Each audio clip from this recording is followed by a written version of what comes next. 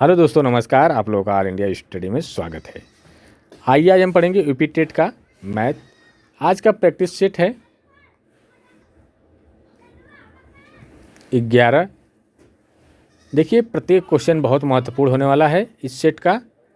देखिए, जिस प्रकार यूपी टेट में मैथ का क्वेश्चन आता है उसी प्रकार का क्वेश्चन हम लिए हुए हैं जो बहुत महत्वपूर्ण है। प्रत्येक क्वेश्चन बहुत महत्वपूर्ण है। देखिए, क्वेश्चन नंबर 1 से ही आप लोगों को पता चल रहा होगा कि कितना महत्वपूर्ण है आज होने वाला है सेशन। तो आप लोग वीडियो को अंत तक देखिएगा। अगर जो नहीं समझ में आएगा आप लोग कमेंट बॉक्स में बताइएगा, हम उसको समझाने का प्रयास करेंगे अगली क्लास में। तो आइए हम लोग प्रश्न नंबर 1 देखते हैं। कह रहा है कि संख्या 4 के घाते 61 प्लस 4 के घाते 62 प्लस 4 के घाते 63 और प्लस 4 के घाते 64 निम्नलिखित में से संख्या से पूरी तरह विभाज्य होगी। इसमें जो संख्या है ऑप्शन नंबर 1 3, बी कह रहा है 10, सी 11 और डी 13। इसमें से कौन सी संख्या होगी जिससे पूरी तरह कट जाएगी। तो आइए हम हल करते हैं। देखिए, सभी में क्या दिया है, 4 के घाते 61 है, 62 है। ठीक, पेन चल नहीं रही है। 61 है, 62 है, 63 है, 64 है। तो यहाँ से हम क्या कर सकते हैं कि 4 के घाते 61 कामन करेंगे तो यहाँ क्या बचेगा, 4 के घाते 0 बचेगा प्लस यहाँ क्या बचेगा, 4 के घाते 1 बचेगा और यहाँ क्या बचेगा, 4 के घाते 2 बचेगा। 61 निकल जाएगा, 63 में से 2 ही बचेगा प्लस यहाँ 4 के घाते 3 बचेगा। ठीक ना। तो देखिए, इसको जब हल करेंगे हम लोग तो ये जो 4 के घाते 61 को यहाँ लिखेंगे और 4 घाते 0, मतलब कोई भी संख्या कितनी भी बड़ी संख्या अगर उसकी घात 0 है तो उसका मान 1 होता है। ठीक ना। और 4 घाते 1 है तो ये 4 ही हो जाएगा। ठीक, और 4 घाते 2 का मतलब हो जाएगा 4 चौक को 16 और 4 घाते 3 का मतलब 4 चौक को 16, 16 चौक को 64। ठीक, अभी हो जाएगा 4 के घाते 61। अब इसको जोड़ेंगे तो 4 1 5 5 और 16 16 5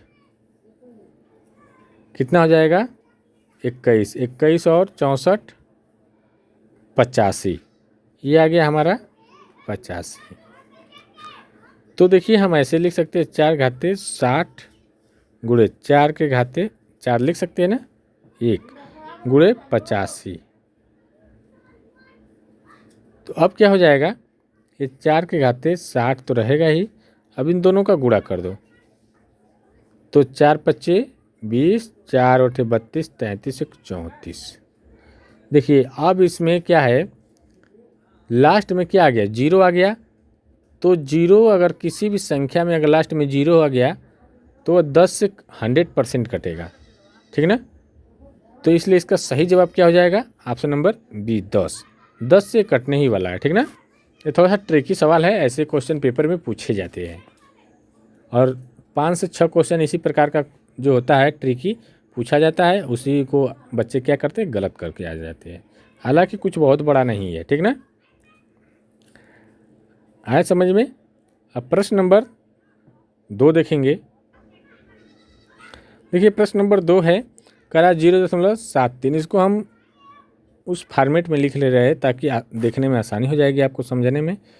0.73 गुणे 0.73 गुणे 0.73 प्लस 0.27 गुणे 0.27 गुणे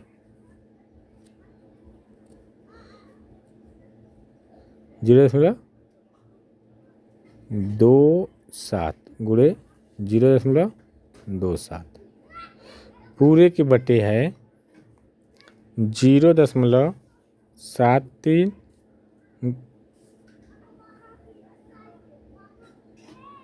गुणे 0.73 माइनस 0.73 गुणे 0.27 प्लस 0.27 गुणे 0.27। ये तो है हमारा क्वेश्चन। तो देखिए 3 बार है ना, ये कितनी बार है? 3 बार। तो जब 3 बार है तो हम इसको लिख सकते हैं 0.73 का क्यूब, ठीक, प्लस ये भी देखिए 3 बार है तो 0.27 का क्यूब, ठीक ना। और देखिए ये क्या है, यहाँ पर 2 बार है तो हम लिख सकते हैं 0.73 का स्क्वायर माइनस ये हो जाएगा 0.73 गुणे 0.27 प्लस ये भी 0.27 तो इसको लिख सकते हैं 0.27 का स्क्वायर। देखिए एक सूत्र होता है ए Q plus B Q,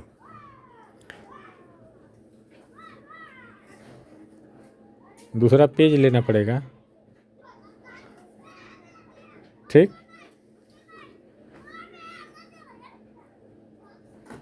pen चल नहीं रही है सही से। 0. हाँ, सूत्र जो होता है ए क्यू प्लस बी क्यू, तो पहले कोष्टक में ए प्लस बी, दूसरे कोष्टक में होता है a square minus a b plus b square, ये सूत्र होता है। तो वही सूत्र पर हम इसको रख देंगे, ठीक है ना। तो जब उस सूत्र पर हम रखेंगे तो ये जो है संख्या सिर्फ ये वाली बचेगी और कट जाएगी, जगह नहीं है, जगह लाइए हम दूसरा पेज ले लेते हैं।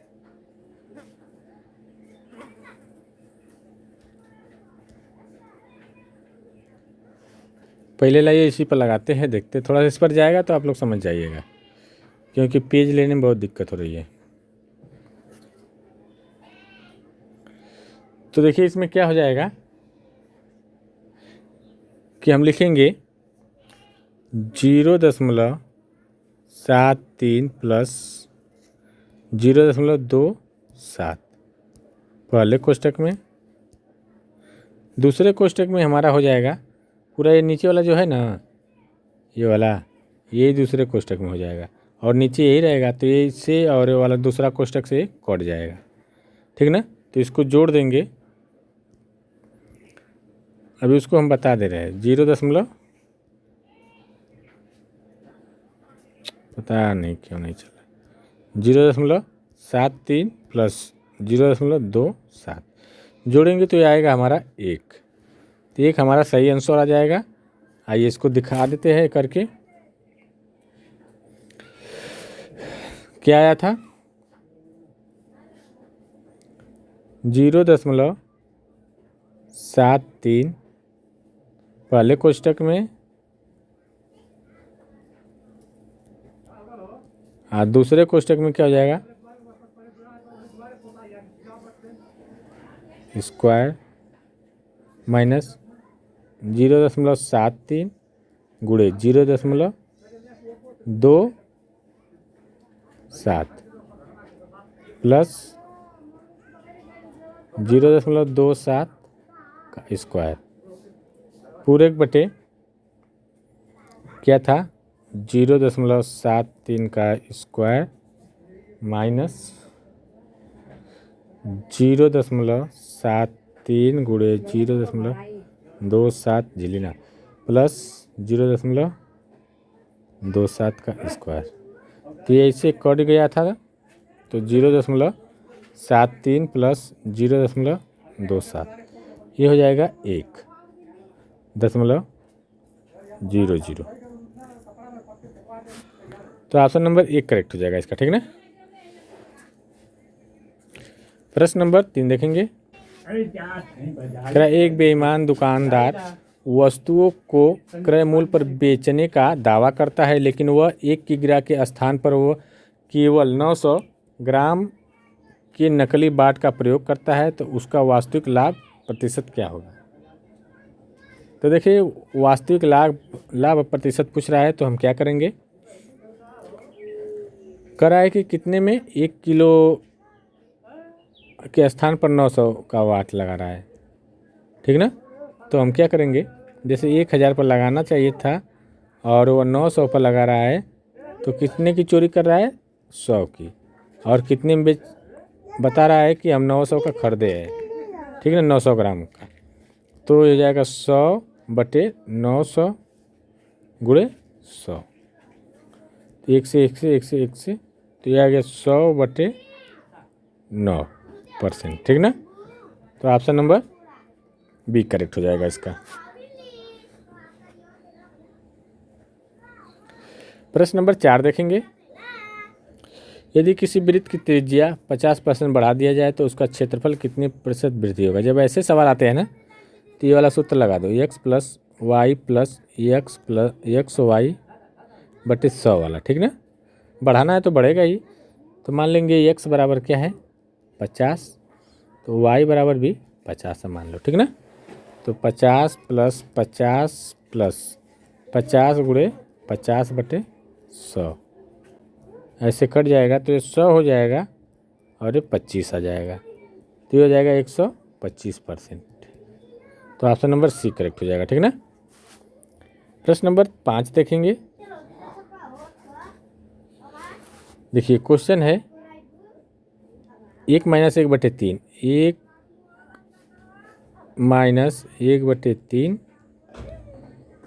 1 - 1/4 और 1 - 1/5 ... 1 - 1/n n है, ठीक ना। तो देखिए इसको जोड़ेंगे 3 एकम 3, 2/3 आएगा, गुणे 4 एकम 4 में से जाएगा तो 3/4 आएगा, और 5 एकम 5 में से जाएगा 4/5 आएगा ... इसको करेंगे तो n - 1/n आएगा। तो देखिए 3 से 3 कट रहा है, 4 से 4, इसी तरह तिर्यक काटेंगे तो सब कट जाएगा, सिर्फ नीचे क्या बचेगा, n बचेगा और ये वाला 2 बचेगा, तो 2/n इसका सही आंसर हो जाएगा, ठीक है ना। तो ऑप्शन नंबर बी करेक्ट हो जाएगा। प्रश्न नंबर 6 देखेंगे। किसी त्रिभुज के एक बाह्य कोण का मान 110 है और उसके एक सम्मुख अंतःकोण का मान 45 है, तो दूसरे सम्मुख अंतःकोण का मान क्या होगा। तो देखिए ऐसे जब सवाल आते हैं तो लगाते हैं कैसे, हम करेंगे क्या,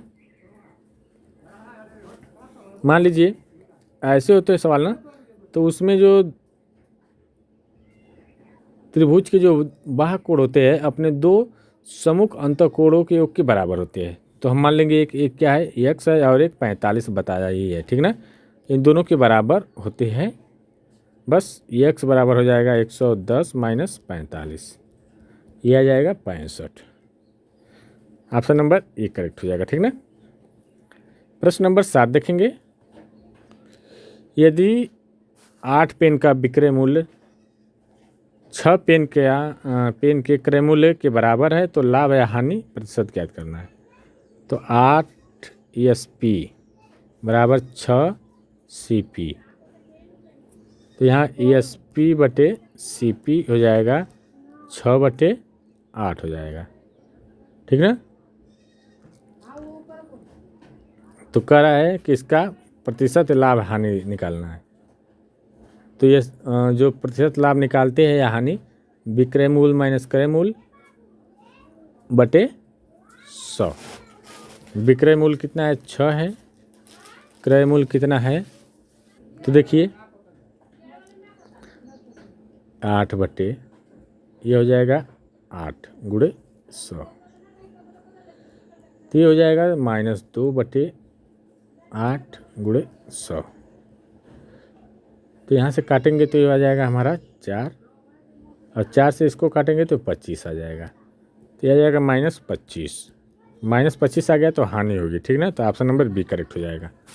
प्रश्न नंबर 8 देखेंगे। संख्या 29,503 में 5 के स्थानीय मान और 32,051 में 5 के अंकित मान का अंतर। तो देखिए स्थानीय मान क्या है, इसमें तीसरे स्थान पर है तो 5 लिख करके 2 जीरो, उसके बाद 2 जीरो है, 2 संख्या है तो 2 जीरो, और अंकित मान वही रहता है। अंकित मान जो सजाती मान होता है वही होता है, ठीक ना। तो इसमें का अंतर पूछ रहा है, तो 5 में से 5 जाएगा तो 5, ये बचेगा 9 और ये बचेगा 4, तो 495 हो जाएगा, ठीक ना। प्रश्न नंबर 9 देखेंगे। देखिए कराए एक आयताकार खेत का क्षेत्रफल 460 वर्ग मीटर है। यदि उसकी लंबाई उसकी चौड़ाई से 15% अधिक है तो खेत का चौड़ाई ज्ञात कीजिए। तो क्या करेंगे, माना चौड़ाई जो है x है, तो लंबाई कितना हो जाएगी x का 115 का मतलब समझ रहे हैं, क्यों 115 होगा, 100 पर निकालते हैं तो 115 ही आएगा ना, बटे 100, ठीक ना। तो आयत का क्षेत्रफल बराबर लंबाई गुणे चौड़ाई। तो यहाँ पर देखिए लंबाई कितना दिया है 115 बटे 100 x गुणे चौड़ाई x बराबर 460 इसका क्षेत्रफल दिया हुआ है, ठीक ना। बस लग गया। इसका गुणा इधर करेंगे तो ये x स्क्वायर बराबर आ जाएगा 460 गुणे 100 बटे 115। तो इससे काटेंगे तो कुल कट पिट के ये 4 आएगा, 4 का गुणा 100 में करेंगे तो 400, x स्क्वायर बराबर 400, तो x बराबर √400, तो इसका 400 का वर्गमूल 20 होता है। तो ऑप्शन नंबर बी करेक्ट हो जाएगा, ठीक ना। प्रश्न नंबर 10 देखेंगे। गणित में ज्यामितीय प्रतिरूपों को प्राथमिक स्तर पर पढ़ाना क्यों आवश्यक है। तो ऑप्शन नंबर 1 है छात्रों को केवल कला और शिल्प में व्यस्त करना नहीं, ये आकृतियों के गुणों को रटने वाली बात तो एकदम नहीं, यह छात्रों के समस्या समाधान, तार्किक और कलात्मक समझ को विकसित करता है। तो ये बात ठीक है, ठीक ना। अगला क्वेश्चन देखेंगे। करा है 25/5 गुणे 5 - 2 + 6 का मान। तो ये देखिए 25 हो जाएगा, 5 हो जाएगा, गुणे 5 ये वाला बचा है -2 + 6, तो 25 फिर हो जाएगा, इसमें से घट जाएगा तो +4 आ जाएगा, जोड़ देंगे तो 29 आ जाएगा। ऑप्शन नंबर बी हो जाएगा। पहले काटते हैं, फिर उसके बाद गुणा, फिर भाग, फिर जोड़, फिर घटाना, ठीक ना। प्रश्न नंबर 12 है किसी लीप वर्ष में कुल कितने सप्ताह और दिन होते हैं। तो देखिए कोई भी लीप वर्ष होता है 12 या 52 सप्ताह होता है और 2 दिन होते हैं, ठीक ना, लीप वर्ष में। तो ऑप्शन नंबर बी करेक्ट हो जाएगा। प्रश्न नंबर 13 देखेंगे। गणित शिक्षण की विश्लेषण विधि की मुख्य विशेषता क्या है। तो ज्ञात से अज्ञात की ओर, फिर उसके बाद अज्ञात से ज्ञात की ओर, केवल सूत्रों को याद करना, उदाहरण से नियम की ओर। तो देखिए जो गणित विश्लेषण जो किया जाता है इसमें ज्ञात जो होता है, जो अज्ञात होता है उससे ज्ञात करते हैं, ठीक ना। मान लीजिए कोई चीज़ पता नहीं है तो अज्ञात है, फिर उसको हम जब ज्ञात कर लेते हैं तो ऑप्शन नंबर बी करेक्ट हो जाएगा। प्रश्न नंबर 14 देखेंगे। करा दो संपूरक कोणों का योग, कोणों का अंतर 40 है तो छोटा कोण कौन सा होगा। तो संपूरक कोण क्या होता है, a + b बराबर 180 है, और इनका जो अंतर है a - b का 40 है, तो ये कट जाएगा, 2a आ जाएगा, ये आ जाएगा, जुड़ेगा तो 220, तो a बराबर 220 बटे 2, काटेंगे तो 110 आएगा। 110 का मान किसी इसमें चाहे इसमें रख लेते हैं, ठीक ना, इसमें रख लेते हैं, तो b बराबर आ जाएगा हमारा 180 - 110, तो हो जाएगा 70। तो ऑप्शन नंबर 1 करेक्ट हो जाएगा, ठीक ना। प्रश्न नंबर 15 देखेंगे।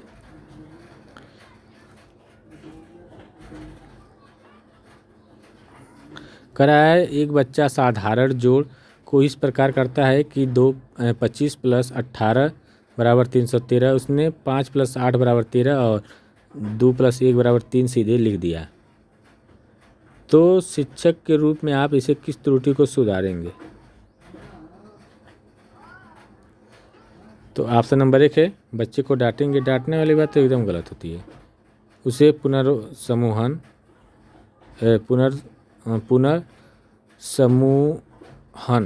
यानी हासिल वाले जोड़ की अवधारणा को हासिल के डिब्बे या बेस 10 ब्लॉक की मदद से मूर्त रूप से समझाएंगे। ये बात ठीक है, ठीक ना? इसका सही आंसर यहीं पर हो जाएगा, बी वाला। तो देखिए, वीडियो अच्छी लगी हो चैनल को लाइक करिए, सब्सक्राइब करिए, शेयर करिए। अब मिलते हैं अगले वीडियो में, तब तक के लिए नमस्कार।